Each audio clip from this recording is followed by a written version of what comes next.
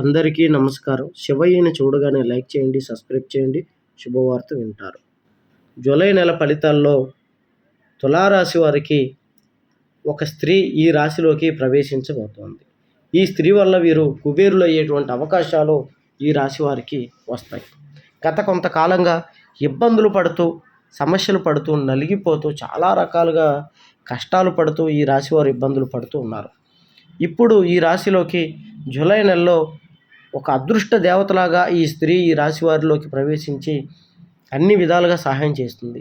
ఉద్యోగాలు రావటం విషయంలోనూ, ప్రమోషన్స్ విషయంలోనూ, అలాగే పనిచేసే దగ్గర కానీ అన్ని రకాలుగా మీకు సహాయం పడుతుంది.